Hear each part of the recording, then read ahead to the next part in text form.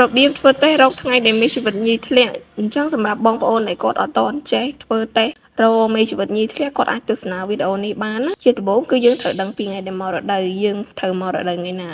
ឧទាហរណ៍ថាគាត់មករដូវថ្ងៃទី1អញ្ចឹងដល់ថ្ងៃទី10នៃការមករដូវហ្នឹងគឺយើងរាប់ចាប់ពីថ្ងៃទី1ថ្ងៃទី1ទី2ទី3ទី4ទី5អញ្ចឹងមកដល់ថ្ងៃទី10គឺយើងត្រូវចាប់ផ្ដើមធ្វើតេស្តហើយអញ្ចឹងតេស្តហ្នឹងគឺយើងតេស្តនៅពេលណាគឺយើងតេស្តនៅពេលរសៀលយើងអត់តេស្តនៅពេលព្រឹកដូចយើងតេស្តមើលផ្ទៃពោះទេណាតែហ្នឹងគឺយើងតេស្តនៅពេលរសៀលចន្លោះពេលម៉ោង1ដល់ម៉ោង3រសៀលហើយមុនពេលដែលយើងត្រូវធ្វើតេស្ត1ម៉ោងយើងកុំញ៉ាំទឹកច្រើនពេកមិនមែនបានន័យថាយើងហាមមិនឲ្យហូបសោះទេណាប៉ុន្តែយើងហូបតិចអ្នកខ្លះគាត់ទម្លាប់ហូបទឹកម្ដងអស់កន្លះលីត្រអញ្ចឹងយើងគួរបន្ថយមើលសិនណាមុនពេលដែលត្រូវធ្វើតេស្ត1ម៉ោងហ្នឹងបន្ទាប់ពីយើងធ្វើតេស្តហើយហ្នឹងគឺយើងអាចហូបបានធម្មតាហើយពេលដែលយើងពិនិត្យហ្នឹងយើងត្រូវដឹងថាធ្វើម៉េចបានដឹងថាធ្លាក់ពីព្រោះតេស្តមេជីវិតញីវារៀងពិបាកមើលអត់សូវដូចយើងតេស្តមើលពេលដែលយើងពិនិត្យផ្ទៃពោះណាតេស្តពិនិត្យផ្ទៃពោះបើសិនវាមានតែមួយអាហ្នឹងអត់មានកូនទេ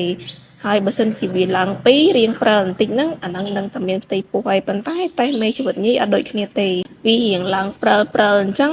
តែអត់មាននេះណាអត់ច្បាស់ទេតើតាគំនូសវាឡើងច្បាស់បងប្អូនអាចមើលនៅក្នុងរូប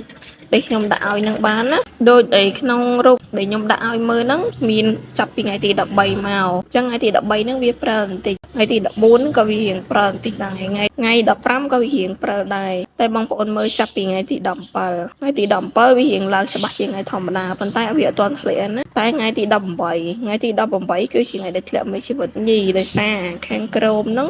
គឺវាឡើងក្រហមច្បាស់ជាងខាងលើនឹងទៀតអញ្ចឹងគេយកចំណុចដែលច្បាស់ខ្លាំងបំផុតគេមិនមែនយកអាព្រាលបន្តិចហ្នឹងឯណា